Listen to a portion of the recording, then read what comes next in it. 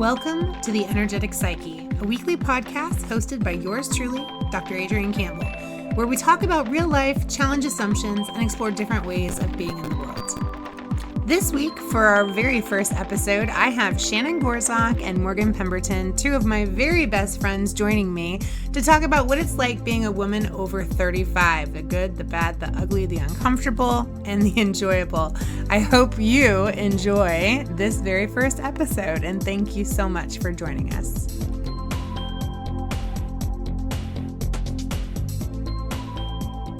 Okay, so welcome to the Energetic Psyche, a weekly podcast with me, Dr. Adrian Campbell, your lovely host. And in this podcast, what we do is explore real life, challenge assumptions, and look at different ways that we show up in the world and what that experience is like. So tonight is our first episode. This is episode number 1, and I have two of my best friends here tonight. We're going to be talking about what it's like to be a woman over 35. Because it's the first episode, I wanted to do something a little more relaxed, a little more fun to kind of step into this process. This podcast is 2 years in the making, and I finally decided to just do it. So here we are, and they're here to support me. So first, we have Morgan Pemberton. She's a licensed professional counselor. She has a private practice here in Columbia, Missouri. She does EMDR. She's a Reiki Master. She has a wait list because she's that awesome. Just throwing that out there. She's a wife to an awesome husband, dog mom to 2 cute little freaking corgis. She's a crafting goddess. Her animal paintings are amazing. And like I mentioned, she's, basically one of my very best friends in the whole wide world. And then I also have, so wave Morgan. Oh, you have a tag. Hello. Yeah, she's been doing the whole thing. All right. Hey, I'm getting used to this host thing. It's new for me. Right? Yeah. Usually I'm the one getting interviewed. This is very different. Okay. And then I have Shannon Gorzak. She works in the utility industry. She's also a wife to a pretty cool husband. She's the mother of 2 awesome kids who are 7 and 14 years old. Awesome kids. She also has dogs and cats. And we were laughing before this when we were chatting that our dogs are literally like small, medium, large, because Shannon has Chihuahuas, Morgan has Corgis, and then I have a Lab and a Golden Retriever. So mine are 95 pounds and 75 pounds. Morgan, how much do your dogs weigh? Let's see here. I believe it's 38 pounds and 35 pounds. Okay. And then Shannon, 3 pounds? I don't know if MJ will be comfortable with me telling her weight, but she's 10 pounds now. Okay. Got it. And Bella's 7. So that's because MJ is up there like us. She's in her older lady weight days. she Right. is. But I do have a cat that just crested 18 pounds. So I'm getting into the bigger animal realm here. Got it. See, and I think that's the opposite. My cat's smaller and your cats are bigger. We like traded that spectrum. But yeah, so, and Shannon is also my derby wife. So I've been friends with Shannon now since, 2010. We played roller derby together. We worked in the utility industry together, and I've been friends with Morgan since 2015. And they're just both awesome people that I kind of found and held onto because I refuse to let you go. Yeah. So welcome, ladies. Thank you so much for being here to support me and share this night with me. I really appreciate it. Thanks for inviting me. Having us. Yeah, of course. So we're going to be talking about all kinds of stuff. I'm going to give everyone that's watching a disclaimer. We might swear. We might say things that make you uncomfortable. If you don't like it, that's okay, right? No judgment. Like a lot. You can you can peace out peaceably. And if you're a dude, this could be very informative, is all I'm going to say.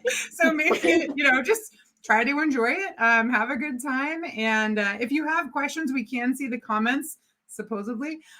So go ahead and feel free to ask, and we'll, pause every once in a while to answer any questions or comments that come up. Okay. So first question for both of you ladies is, let's just share ages so everyone kind of has an idea of who we are and where we're at. I'm 44. I'm 45. Okay. 32. 42. Okay. So this is women over 35, but I mean, we're all in our 40s. Women over 35, the 40 edition. Right. Exactly. early 40s, but we've all been 35. So there's that. Right. So the first question, whoever wants to go first can go first. And I figure we'll just let things evolve naturally after that. But what was the most surprising thing that happened or that you experienced after turning 35, as far as like being a woman is concerned? You want to take this one, Morgan, or? Sure, why not? I knew that you had like one loaded in the chamber, like you knew what you were going to say. So I was like waiting. Nope, I was just waiting to see. I didn't want that like over talk, type of thing. It was like, right. No, I'm really trying hard not to do that. So yeah, okay, I will go. Me first. I will go first. I think that one of the things that I noticed, I heard so much about how women over 35 or women over 40 or women over a certain age kind of become invisible in society, which just has really not been my experience. So I don't know if society is kind of growing with us or if there's been enough, or maybe I'm just that noisy and brash in society that is hard to overlook me. But I haven't noticed that as much, even though that was something that was repeated kind of ad nauseum, which I think is almost like a scare tactic to try to keep us like not looking our age, trying to look younger, trying to dress younger, trying to be younger. I wonder if that is just kind of a scare tactic for us, because I just have not noticed that. Well, I honestly haven't either. That's something that hasn't been a thing for me, because I heard the same thing as like, oh, they don't pay attention to you because you're not young anymore. You're not, the it thing. And maybe it's the same thing though, because I like you, I'm very out there and like, look at me all the time. So maybe there's that, but yeah, I haven't noticed it either. I'll say that I didn't notice it until a couple years ago. So, and now it's gone again, right? But for me, it was because, so when we were living in the RV and traveling and whatever, I didn't care about dressing nice. And my wardrobe was extremely limited. I wore like shorts and a tank top and flip-flops most of the days. I might throw a hoodie on or my Uggs and like whatever. I didn't really care about wearing jewelry anymore or makeup. And I remember being in Walmart and this dude checking out my butt and thinking like, that's like the first time someone's looked at my ass in public in like a really long time. And I was like, whoa. And I was like, wait a minute, that used to happen all the time. Like, what the fuck? And I like had that moment where I was like, oh man, is this how it is? Like you get older and you like are no longer like that viable option. Like people aren't, guys aren't attracted to you, or they like, she's so not single that it's not even worth like looking at, was I think kind of how I felt. But now I'm single again and that's not the case. But also I'm taking care of myself and I'm dressing nicer and I had my hair done and I care about like wearing jewelry again, and still not a makeup girl, never have been a makeup girl, but like, whatever. I think my highlights is the most type of makeup I get into. But I think it isn't just about age, but it's about who you are and what you're doing in your life. And I feel like some women just give up on themselves and life returns that energy. Because I think I was kind of honestly like feeling in that space in some ways. And I think that's probably what I was getting back. I don't know.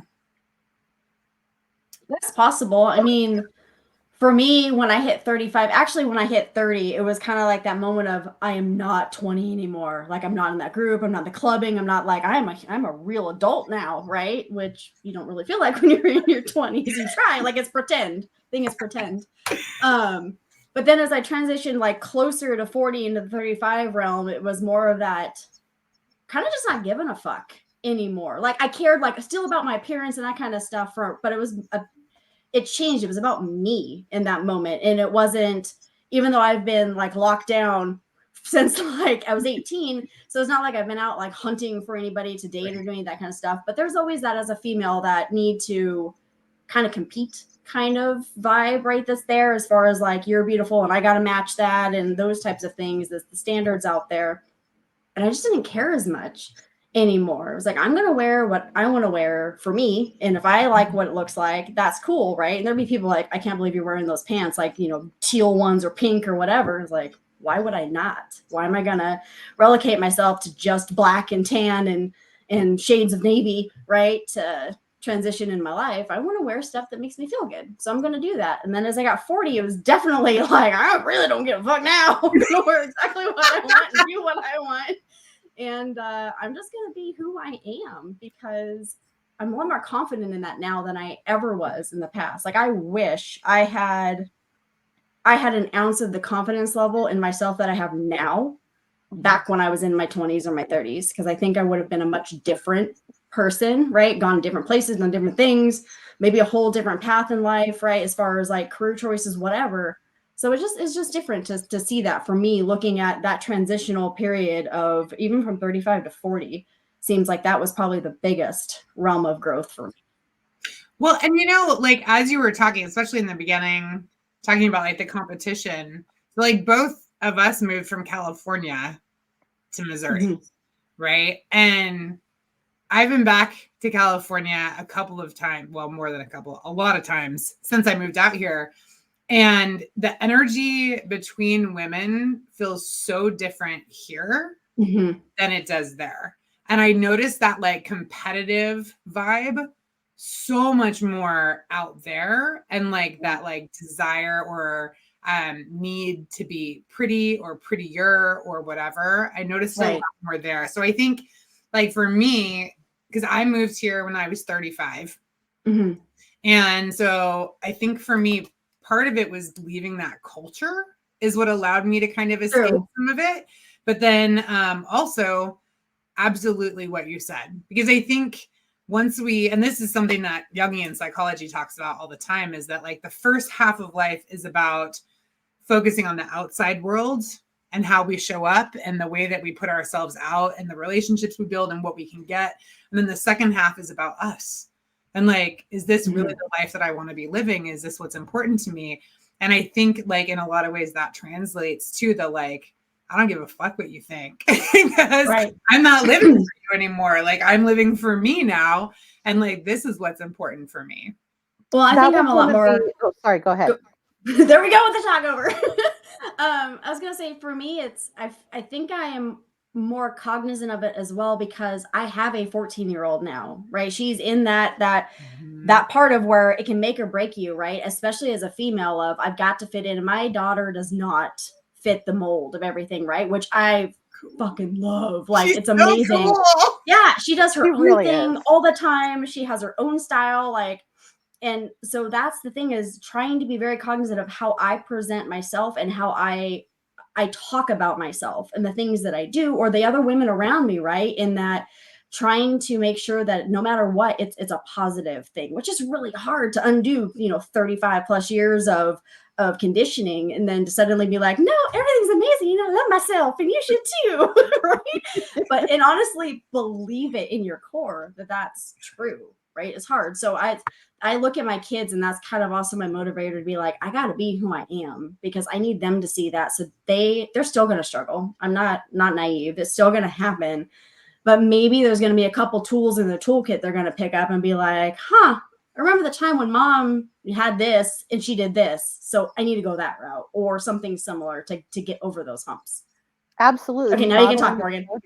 No, modeling the behavior. That's fantastic. Well, that was like one of the best compliments I got when I was working for an agency that I was working for. Is there was a woman who was probably 15 to 20 years my senior, and she came up to me so happy, and she was like, Morgan, I am wearing a skirt that I was just like, I knew that like I'm dressed like Morgan. Like Morgan would wear this, and I was like, oh my God, my dear, like, yes, wear what you want to wear. Like, it's your outfit, your wardrobe. Like, who cares what anybody else thinks? And she's like, no, that's like, and it was like this really cute, like little fit and flare, like polka dot skirt. And like, and somebody actually gave her a little bit of guff for it. Because they were just like, I don't know that that's really work appropriate. And I was like, that person doesn't know what they're talking about. You do you, wear what you want to wear. It does not matter. And it meant so much to me that, I somehow was modeling behavior that she hadn't quite gotten, but she's also from a different era, you know, so she may not have True. had like a society that was really as supportive, which not that our society is terribly supportive of women, but we're getting better. So I definitely had a lot more modeling and a lot more positive messaging than she might have gotten. And so it was really kind of cool to have that kind of reverse modeling for her. It was really cool. Well, and I think like you touched on something too, is like, Shannon, you were talking about like undoing, you know, all these years of conditioning. But the thing is that even like as you work on undoing all of that conditioning, you're still fighting society at the same time. Oh, for sure. Yeah. Right? So like you are working your ass off. And that's why it's like, why are women so exhausted? Oh my God. It's like I always say, like, I've never worked so hard to get so far behind, right? It's like, right. It's like we're trying to undo all of this stuff that's been taught to us. And a big part of it is like literally just like, where did that idea come from? Right. Well, and I talk about this. Huh? I talk about this all the time with my clients where it's like, if you go to Target and you're walking down the makeup or health and beauty aisle, right? What are the words that you see on the packaging? You know, perfection, ageless, you know, all those kinds of things. That's messaging that we don't even think about that we're getting every day. And it's just like, even like with the way that they advertise a lot of like diet stuff, like right now, like my Facebook is just inundated and I have to keep going, no, so stop showing me this. I am not put on this earth to lose weight and pay bills. That's not what I'm here for. Like, I'm here to somebody mixed you up in the process. They're like, lose weight and pay bills. That's yours. And then you're like, I'm like, y'all are not following the algorithm. Yeah. Well, reset. And like once upon a time, I won't name names, but I sold cosmetics long time ago. They came with catalogs and it wasn't Avon. But anyway, A lot of pink. Yeah, maybe there was a lot of pink involved. I was in a motor vehicle if you were good enough. maybe. I think I was in my late 20s when I did this. Yeah. And the way that they taught you to make sales was to make women feel terrible. Like legit, they were like, point out all their flaws so you can show them how to fix them with the makeup, right? And I was a great salesperson, but I got in trouble all the time because I never did what they told me to. Instead, I'd be like, dude, this eyeshadow is amazing. Check it out. Right? Instead of like, oh, you see these fine lines and these wrinkles and this. And they're like, no. And I'm like, it's right there on your face. This will fix you. You know? Like, and I eventually quit because I was like, I can't be part of an organization that's like whole goal is to make women feel terrible so that they can make them feel beautiful. Like, can we just skip the terrible part and like go right to the beautiful part? Like that would be nice. Yeah. Well, that's the hard part with like, for like, I wear makeup and I always have. And that goes up and down between whether it was because I felt insecure and I felt I had to look like everybody else, California days, right? To it just being my norm because that's what I do. But what's weird is like when I don't wear the makeup at all, even if I just put on, you know, the bare minimum, some eyeliner and some I can't use my words. That also happens over 40, by the way. You just like your brain just like locks up in between and you can't make out words. Mascara is the word I was looking for. The word aphasia is like that's what that means. It's like when you can't find the words. And I will forget every word, but except for aphasia, which I think is hilarious. It's ridiculous. I'm like, you know, the stuff is mascara. That's the word of the day, Pee-wee's Playhouse. So, you young men that are listening, Cherry, look it up, YouTube it, I won't explain it. Yeah, for anybody who is under 40, look it up. You will not be disappointed. No. It's worth it. It's worth it. So, but with that, like, I go into work or go somewhere where people know me and they'll be like, oh my God, are you okay? Are you feeling all right? Are you sick? I'm like, yes, I'm dying. Like, no, I wanted to sleep this morning and I didn't want to spend 40 minutes like trying to look in the mirror to make sure my eyebrows were straight because I can't see as well anymore either. And that's a struggle. Like, Just tell me, do I look surprised? No. I'm not being sarcastic. Like, seriously, do I look surprised? Did I get them straight? Like, that's what I want to know in my life anymore. So yeah, it's tough. It's hard to tell you. And then my door opens. It's like you got ghosts, you got like missing eyebrows. Like, what the hell? Dude, it's for real a struggle. I tell you what, but I found some stuff that keeps them on, so I don't have to worry about if I sweat or it's raining out and I do this, then suddenly like I'm like cool from the 90s where you only have like part of your eyebrow. Like, so anyway, enough about my eyebrows. Struggles. I love your eyebrows. I love them. Love your eyebrows. Perfect. You want a close up of them? There you go. Oh, right. See? Yeah. Well, I mean, and that kind of like reminds me, like, honestly, what we were talking about right before we went live is the filters, right? And the need to like change our appearance or whatever. And like Shannon found on here, just like I did when I first got on, is that like the software platform that we're using to stream will like soften your features and like make you less wrinkles and stuff, right? Or are you doing it, Morgan? I'm gonna do it right now, just so we can see in real time what this looks like. There she is. See, I didn't like the. See, you look like you're muted, like you've been smudged again. Fuzzy, like maybe I've been drinking too much, and now I'm looking at you with new eyes. All of a sudden, like I got beer goggles on. I'm like, I don't need to be seen through beer goggles. I'm a lovely woman. Yes, agreed. Right. No, it blended everything out, which just made this even more prominent. I didn't like it. Well, and so like what I was saying is like I got called out by a good friend for using filters, and not in a negative way, but just like, you know, like you use filters sometimes. And I was like, so I went back through like my Instagram videos and I'm like, yeah, I do. I'm like, it's true. And I'm like, and then I would like go to record one without a filter and I'm like, I'm honestly fine doing that. You know, it's not like I can't show up without them. And the filters I use are more color. Like it changes the tone versus like the shape of my face or adds makeup or whatever. And it's because I don't want to wear makeup and I don't want to get dressed up. And sometimes I really don't like social media. But like that's why this podcast took so long to get started, because I was fighting it. But I do want to reach more people. Huh? I think it's here to stay. It is. And I want to reach more people. So I've just kind of swallowed it. And I've just been trying to find ways that are comfortable for me to be present. Right. And the thing with the filters is that like, sometimes I get a good idea or I want to do a quick video or something like that. And I don't want to go get like fancy, but I want to look kind of presentable. So I just throw a filter on real quick. And then I'm like, hey, look.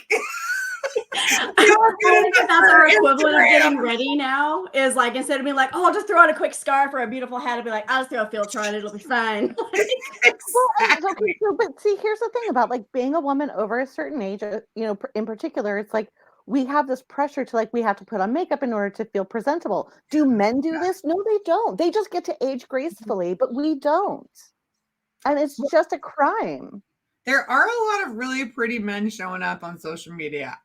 I'm just gonna throw it out. I saw a dude doing, I don't even, skincare, etc. I want to say skincare, self-care routine the other day on like an Instagram reel, and I was like, holy shit, like never in my life have I put that much effort and energy into my appearance. You go. I hope that makes you feel amazing. I think men have their own struggles, right? With stuff now. So like I see now the things like the beard care. I mean, the amount of things that pop through on like guys doing different things with their beards and how to like massage. I'm like, I don't have the chin hair yet. I don't need these videos. But I mean, maybe that's one of the next conversations you need to have, is have like our significant others talk about what it's like being a man in their 40s.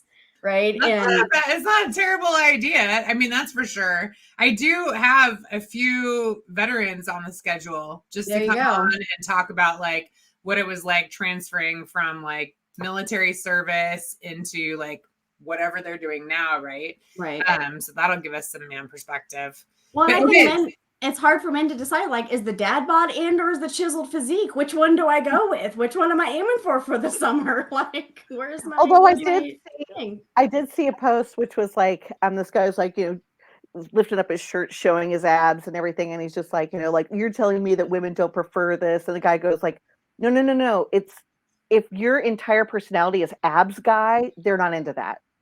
No. And I'm like, yeah, no, you're right. I'm gonna go for somebody with a dad bod way before I go to like gym rat. Like if that's your only personality trait.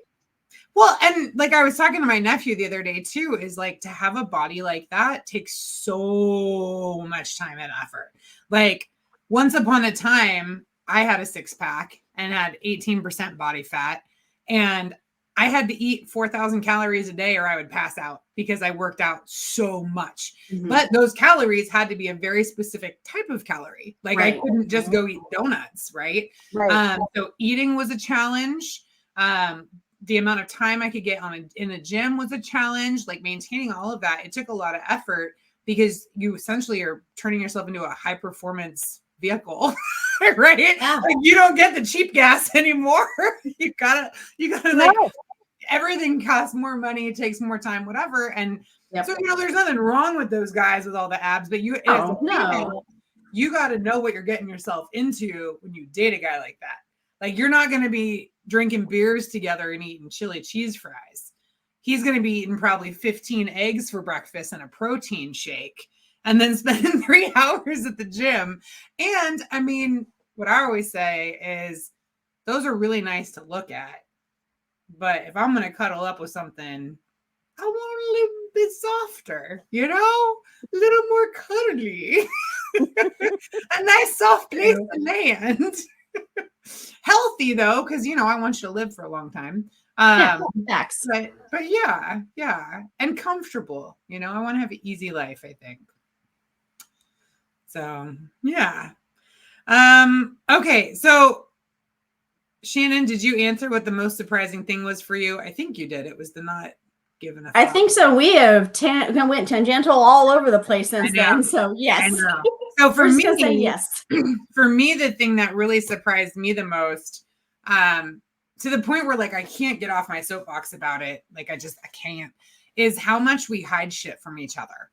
I started getting white hair when I was in my like mid 30s. I don't remember the exact like age or whatever, but I just remember being like, what? Like full white hair, and was like, what? And personally, like I have never had a problem with getting white hair. I know that there's a lot of women that aren't into it. Like my little sister, I won't name which one. I got a few. But I was like, why are you dyeing your hair? She's like, because Adrian, I am not okay with my age like you are. And I was like, all right, man, whatever you got to do, that's fine. But I've never been like upset about it. But because everyone my age had not white hair, and no one talked about it or admitted that they had it, I thought that I was alone. Like I thought I was the only one getting white hair. And so it wasn't like I was like down on myself or anything like that, but I was like, whoa, I guess I'm going through this early. Not to mention, I lived in Southern California where women, a lot of them never go gray or white ever. True. My grandmother had dyed hair till she was in her 80s, right? And who are you fooling? Who were you fooling at that point? Me? Look, in my 80s, I was hot pink, purple, something along those realms. Like, unicorn status. Because I guess I'm just naive and I just don't think about that kind of stuff, like, until it, like, matters. But I remember, like, sitting with my grandma and being like, I'm getting white hair. And she's like, well, yeah. And I'm like, I'm only in my 30s. She's like, right. I'm like, wait, what? That's back it up. Let's go over this again. She's like, oh yeah, I started getting white hair in my 30s. And I was like, holy crap, are you serious? And then I was like, whoa, this is wild. So then I started like polling everybody, like all my friends, like, hey, you got any white hair? You got any gray hair? When that stuff started growing in. Like, did you know that we all have it? But like no one talks about it. And they were like, no way, serious? I'm like, yeah, all of us, we all got it, but we just hide it. And like the Spanx, right? and the Botox and like the way that we take pictures. I mean, so many things that we do to make us look and show up a certain way, even to each other, you know, it's like, I don't know. That was the thing for me that was the most surprising, that completely blew my mind. And it's still happening because now that I'm going into perimenopause, right? Like, that's one thing about social media that I will say that I like is there's like all these women that are just like blah, blah, blah, blah about whatever's going on in their life. But there's a lot of like symptoms of perimenopause. The fact that like I'm 44 and starting to have symptoms, again, I felt like I was too young because people talk about like menopause being something you get, you know, in your 50s or whatever. But it turns out it's actually really normal to start getting symptoms in your early 40s. So even in your 30s, because I started, that's part of why there's the gap in ages between my kids. So huge stressors in my life caused my body to go into perimenopause. So I couldn't figure out, because like when I got pregnant the first time, it was like, I'd like to be pregnant. I was pregnant. No problems, right? I did miscarry with the first one, which also is something a lot of people don't talk about, right? Is the loss and the things that happen there. And it's incredibly normal, right? So we need to normalize like it's lost and you be able to talk about it. That's a whole other podcast session. But the fact that it was easy, and then when I went to get pregnant with the second one, same thing, didn't have to think about it, done. Then there's this gap of almost 7 years in between. I'm like, what is happening?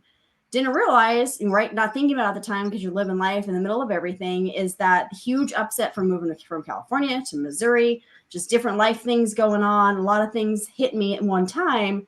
It was pushed my body into perimenopause and things were shutting down. And it took going to endocrinologist, going through all that, and then saying like your hormones, like you are displaying as a woman starting into menopause right now. So you've got to get that. So there's that aspect of it, which I've kind of gotten over, but still in perimenopause, because I mean I'm now experiencing the personal summers, which are fantastic.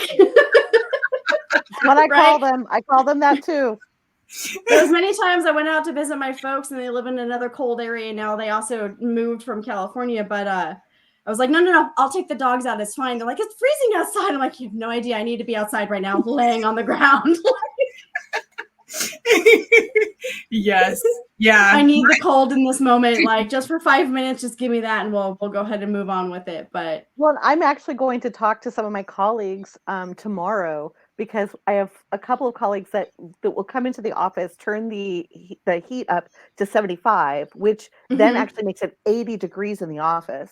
And I come in and I'm just like peeling off clothes like nobody's business. Like it's the middle of winter and I will wear a tank top in my sessions. And so like I'm going to have a conversation about like space heaters and their effectiveness to heat only one space as opposed to the entire office. Because homegirl with perimenopause cannot handle when somebody else turns the heat up to 75. I just can't do it. You're sitting over there like, I'm about to get in trouble for inappropriate attire at work. There's only so much I can take off. Yes, there's only so much I can take off. And so I'm like, no.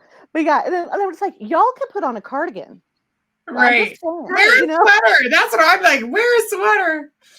Yeah. Well, like we went out to dinner just the other night and I had just like, you know, I wear those like spaghetti strap tank tops and then I'll wear a sweater on top. And we were out we went to sake. No. Oh no, kampai. Yeah, for sushi.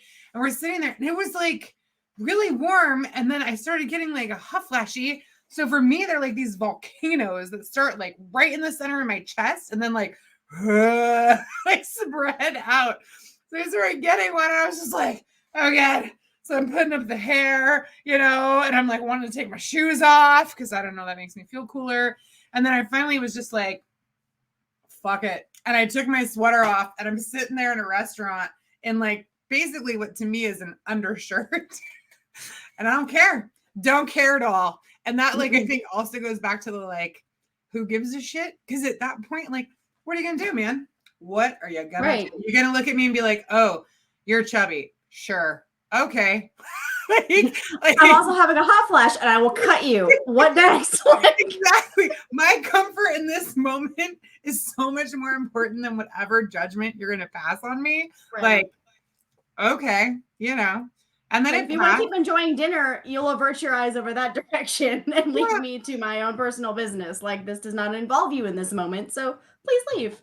Right. Like, eyes on your own plate there, Super Chief. Like, you don't need to be telling me how I should be dressing in public. Like, we're good. Right. We're good. And let's also just like totally recognize that, like, I don't remember one human being looking in my direction when I did these things. Yeah. This is all in my head. All these stories of like, people are going to look at me and call me fat, or people in your head, everybody's like, right? They're going to think I'm dressed inappropriately in a restaurant. Not a single person even like batted an eye. Nobody, probably no one at all. Maybe some other woman was like, "Oh, that girl's having a hot flash. That poor girl. Like, I feel you right here. I know it." But like, that was probably literally all that happened. And the young ones are scared, like, "Oh God, is that coming for me?" They don't know. They don't know at all yet. We talked about like the chin hairs earlier, and I was like, I saw this thing. I don't know who the creator was of this content on TikTok, but she was just sitting there doing this, and she goes, "If you see a woman doing this, you leave her the fuck alone because she just found a new chin hair that she has to deal with later." And I'm like, oh, I feel called out. Like, because that is totally. I will be in session and going like, oh, that's interesting. Right? I mean, like, I'm focusing on my client, but I also like I can't stop touching my chin because it's like I'll forget where it is. You know? It's like, no, it's there, honey. It's like going. You're like GPS tracking it so you can find it later. You're like, I've got to be able to like locate this area. Geo map on my face so I can go home and tweeze it when I get there. Well, and that's the worst is that like when you do remember, because I mean, let's talk about the memory shit too. But like when you do remember to plug it, and then you get in there and you're like, where did it go? Where did it go? You can't find it. And I remember being younger and being in my aunt's bathroom, and she had one of those magnifying mirrors, you know, the one that like really magnifies your face. When I remember young, they're wonderful. Like, why would you ever want to see your face like that? Like ever. Now, because I'm this old, right? I have one of those mirrors. Because as I try to get closer to see things on my face to maybe pluck, I can't. And I'm changing these glasses, etc. And so I got to take all the glasses. Then I'm this with a mirror this close, trying to get all of that done. Well, and so to your point earlier, when you were talking about how like, you know, people didn't share this information, I think that I don't know if I just had like a really, really great bunch of women that I grew up around, but like my grandmother would talk about like her chin hairs, and my aunts who were so much younger would as well. They would talk about gray hair. They told me about getting gray pubic hair, which was like a shock to me because I apparently thought that like that was gonna stay like all lush and beautiful, like that nothing was gonna happen down. Like really, like what was I thinking? Like that makes no sense. So like I came into my 30s armed with so much information, which is really amazing since like my grandmother on my dad's side like actually passed away when I was 19. So I got a lot of this information so early in life. So like I got to have some of that. It wasn't taboo. It wasn't hidden. I mean, I think it was hidden to their friends like a little bit. Like I think it was like a family thing. But it wasn't hidden amongst us. But yeah, it's like it seemed taboo to talk about in mixed spaces. But in my family, I got to have a lot of those conversations, which I didn't realize was strange. That's awesome. See, I feel like though you just told me that Santa Claus isn't real, and the fact that my pubic hair is not going to stay like its color. I mean, yours is going to be fine. Yours is going to be great. Thank God. Life had been like gray too. I'm so sorry. I did not mean for you to peek behind the curtain and see the great and powerful Oz. You know, it's seen in all of its glory now. I'm just like, nothing can go on. Oh God! And I'm like, how do I unring that bell? How do I unring that bell? Oh my God! What's done is done, my friend. It's over now. I'm so sorry. So anybody else at Morgan has ruined your life as well? You're with me.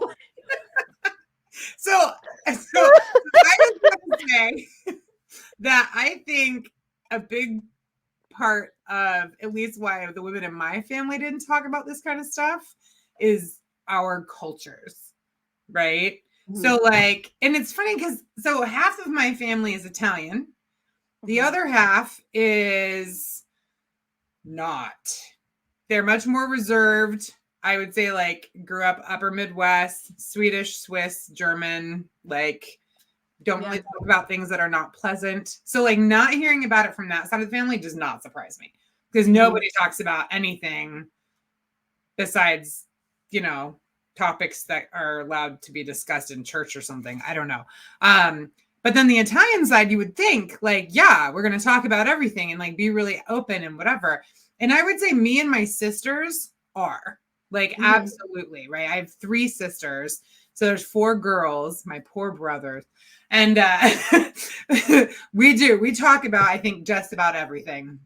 But my grandmother, my mother, my aunts, like we didn't talk about it. And I think it might be because we were in Southern California and there was so much cultural pressure to be beautiful. And my grandmother was that way. The matriarch of the family, like I'm looking at a picture of her. She had greeting cards made of herself. And on the card, it says, roses are red, violets are blue. I'm on the cover instead of you. That is my grandmother. And so she was and she used to have a magnet on her fridge that said, I may be fat, but you're ugly and I can go on a diet. Yeah. So she was very appearance focused. She was beautiful. Mm-hmm. I mean, absolutely beautiful, but very appearance focused. And so I think that kind of trickled down in our family. And everybody was always doing their best to look the best that they possibly could. And so even when we would spend time together, it was not uncommon to have another woman in my family walk up and maybe grab my arm fat or say like, oh, you look like you've gained a few pounds or even, which sounds worse, oh, you've lost some weight. Good for you. And you're like, oh, I was fat. Like, it's really like, shit, I didn't even know. And so I think that kind of culture, family, as well as like social, is probably what kept the women in my family from talking about it as much. But that's awesome, Morgan. I'm glad that you had. Yeah, for sure. That's really cool. Yeah, I think that's a unique. That, like the food thing, like the weight thing, that was the big thing in my family because most of my family on that side are morbidly obese. So we didn't. I mean, like people would like look at my plate and be like, "Oh my God, you eat like a bird," or they would look at somebody else's plate and be like, "Maybe you shouldn't have the mashed potatoes." You know, it's like so there. It's not like we were devoid of some of those pressures and stuff like that, but it was just like I think I just got some of that information that I wouldn't have normally because it was just so okay to talk about in my family. Mm-hmm. Right. Yeah. This in growing up in my family. So I am the like 100% like German Russian side of the family. Like we don't talk about feelings or any of the things, right? We just live life and make cabbage meat stuff, right? That's it. So cabbage meat. Beer rocks is life, like, right? That's what we do. So, no, like beer rocks are life though. Beer rocks are life. They legit are. If y'all haven't had beer rocks, look it up. The shit's delicious. But anyway, make your own bread. Peace out. So but like, and that again is why I also grew up with a spice rack that was literally like pepper and salt because that's all you put on it. There was no other things that go in there. But anyway, that's a whole other podcast as well. So I'm just filling up your docket there, Adrian. I love it. But we didn't talk about that stuff either, right? Those were considered inappropriate topics to talk about, like your feelings or your physical appearance, unless it was back to Morgan's point on, well, you're really sure you should be eating that right now? Or haven't you already had a meal today? And it's like, I ate yesterday. I'm kind of hungry. Like, you know, but it was just different because, you know, most of the women in the family were products of growing up in the 30s, the 40s, the 50s. And it was very much women are expected to look a certain way, be a certain way. And that's just what it is. Like kids, they were seen but not heard, right? Women were seen but not necessarily heard. So you didn't really talk about those things unless you got them sloppy ass drunk and then you got all the secrets. And then you pretended like nobody talked later, right? So that's a whole nother podcast. Whereas, like, one seriously, time I just, got are you grandma drunk writing getting this all the down? Like, secrets. Oh my gosh. But Yeah, and so can we just like it's tough. Go ahead. I was just gonna say, like, let's just take a minute and just like recognize too, like how far women have come in regards to all of that. It wasn't that long ago. I mean, It was not. there are still a shit ton of things that we are dealing with and fighting with, which I'm not going to turn this podcast episode into that, but you know, right? Mm-hmm. But like we couldn't even have credit cards or buy a house or have a bank account like in up until the 70s, which is insane. And like there's this movie with Amy Poehler. I think it's called Moxie. Have you guys seen that movie? Oh, Shannon, you and Sky have to watch it. Okay, all right, I'll put on my list and write it down right now. Moxie. So it's about riot girls from the 90s, essentially. And Amy Poehler was a riot girl in the 90s, like all about feminism, bikini kill. There's a ton of punk. And then her daughter is like, what were you interested in at 16? And she's like, smashing the patriarchy. It's like, what? And the thing is that like, we really have come a long way. And, I was in the military, and when I was active duty, it was really hard being a female, like really hard. And you essentially had to choose between being a bitch or a whore. Those were your choices. Right. And, I decided to be a bitch because I would rather not have all the rumors. But it really like negatively impacted my ability to have female friendships on the boat. Yeah. I had a boss, a chief, that would measure my fingernails every day to make sure I was in reg. That would measure my bun to make sure that it was within reg. Right. Like there was just so much crap that we dealt with all of the time. And it caused a lot of complications between other women because we ended up competing with each other instead of collaborating. And I will say that's one thing I think that is so amazing that has changed as far as women go. I mean, again, still room to grow, but there is so much less competition between us, I think, as a whole, as a gender, right? Like there's so much more of like lifting each other up, helping each other out, supporting each other. I mean, I think it's amazing. And it literally like makes me teary. I say it, see, and then I'm like, oh my God. But it makes me so happy. Thank you. And I'm just so fucking proud of all these young girls that are like pushing that forward and keeping it going because that's what needs to happen. Right. Like we have 100%. To keep doing it. Yeah. Well, I think for us too, it's like you went back to the point about we hide stuff from each other is being open and just admitting in conversation, right? When somebody's talking about stuff, being like, oh yeah, my pants stopped fitting and I had to go up a size, and just like own it and be like, yeah, I let myself get a little tubby, or I've got this gray streak coming in and I'm just going to let it happen. And when people see you, back to the point we were talking about earlier with the fact that, people see you doing that and then they're like, wait a minute, I can do that too. I can be that person also, because she did it. There's no repercussions. She wasn't taken to the town square and flogged because she shared her she took her sweater off in the street. She wasn't told she's a witch and compared to a duck or bread if it can float. Like all the things are okay. Nice pull. Yeah. Right. So the more that we can be that image for others too is going to help like our generation transitioning, especially as, it's not going to get any easy for us, right? We're already in our 40s.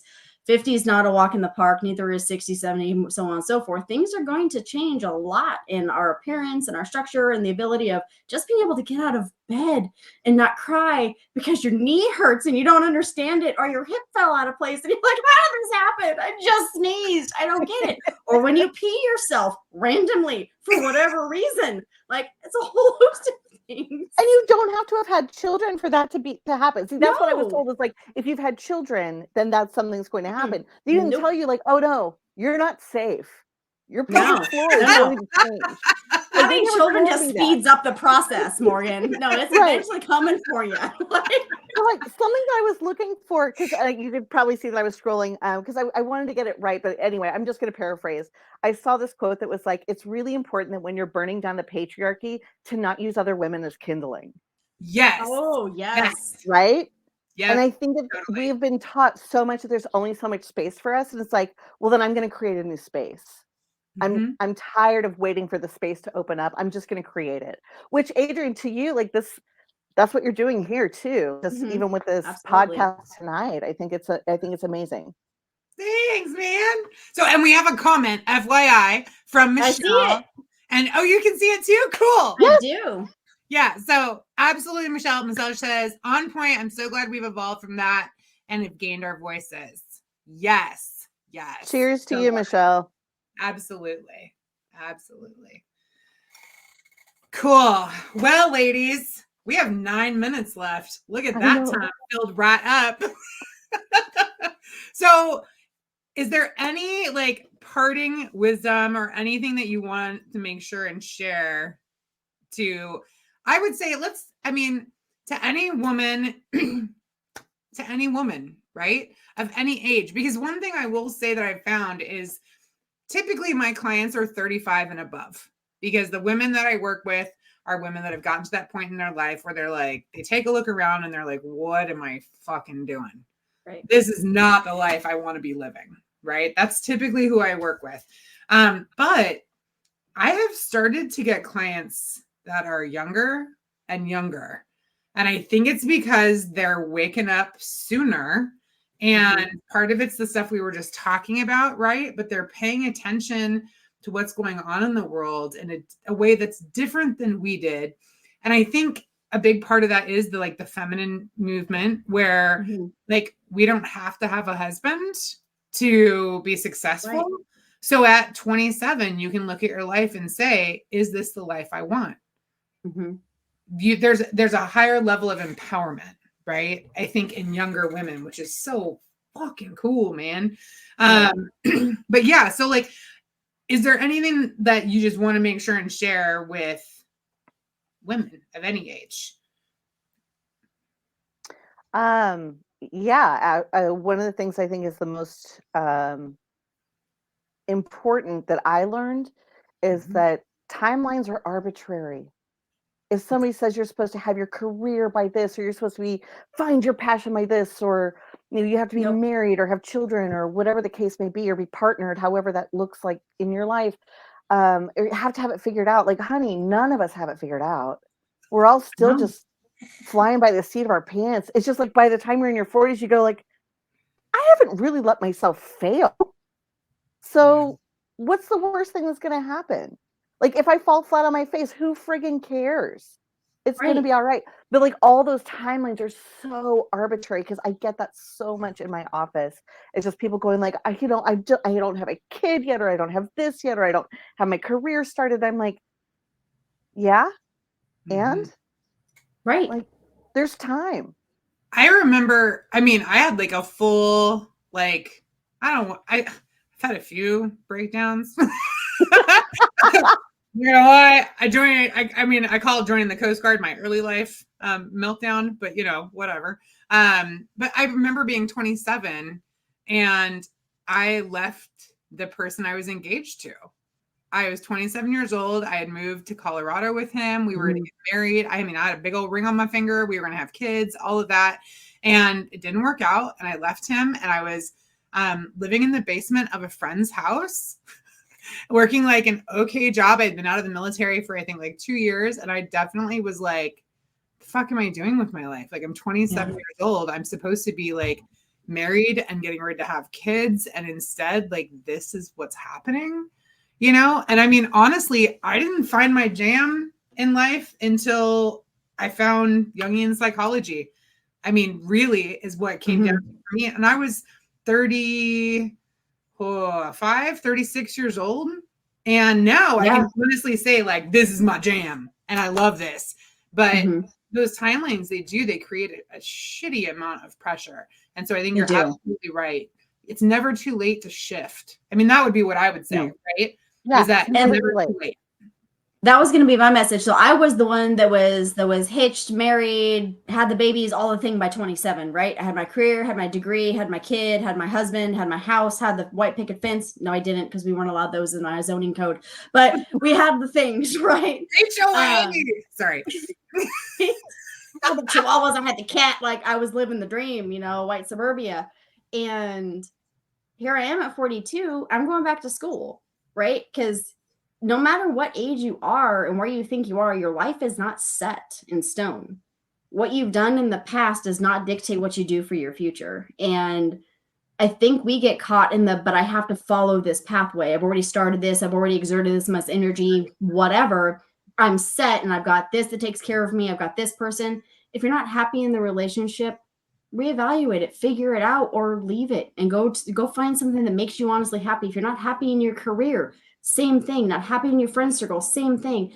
It's okay to do those things. And I don't think we hear often enough. We always hear, at least for me, it's well, you need to try harder. You need to own that relationship. You need to do, it's like, stop telling me what I need to do. What is it that I need for myself to feel good in my soul at the end of all of this, and know that where I'm setting myself up for the future is where I want to be. Because I got to live with me for the rest of my life. Nobody else does. Right. But I do. And I've got to live with my choices from now until I'm 6 feet under or cremated or whatever happens, made into jewelry or a tree. So that would be my advice, is just stop trying to live to other people. And I know it's hard because I still do it to this day, right? We all do. Yeah. But take that step back and just think about, like, is this where I'm happy? And if you are, that's fantastic. But if not, all right, make a shift. See what happens. Maybe it'll work, maybe it won't, but try. At least give it a shot and see what happens. Because you never know. It might open up something totally new and fantastic for you. Right. And get yourself amazing friends like the 2 that I have online right now. Right? Because we're so awesome. Oh my God. People you can be real with. So anyway, that's my message. Yeah. Thank you. Thank you, ladies. Perfect.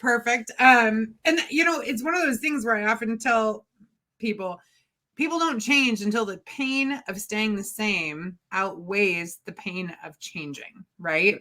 And then they're like, screw it, I'm going to do it because changing hurts less. But I mean, again, it comes back to, where is this information even coming from?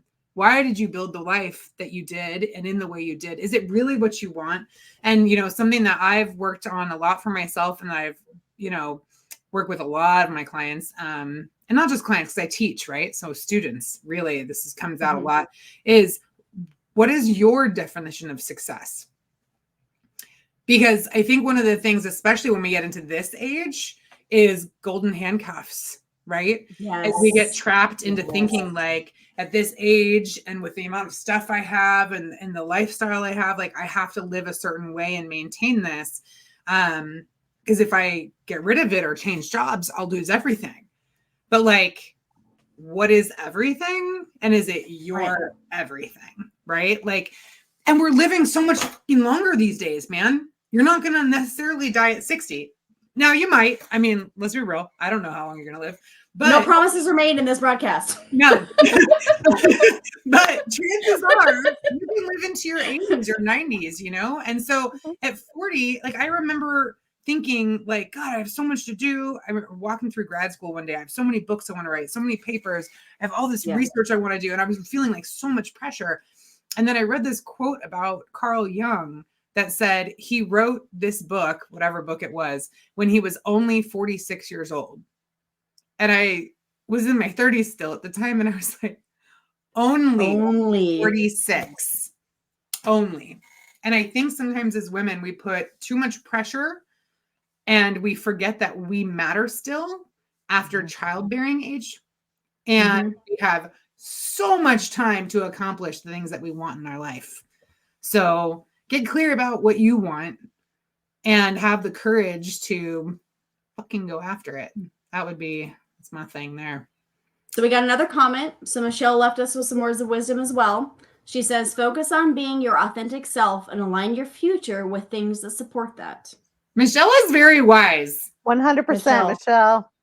Michelle's one of my students, actually. I had the beautiful blessing of having her in class in Arizona. She's fantastic. Thank you very much, Michelle, for watching. Thanks for sharing, Michelle. Yeah, absolutely. All right. Well, time is up. That's the end of that. I just want podcast down. I want to thank both of you ladies for coming in and making this first episode so easy for me and so enjoyable because,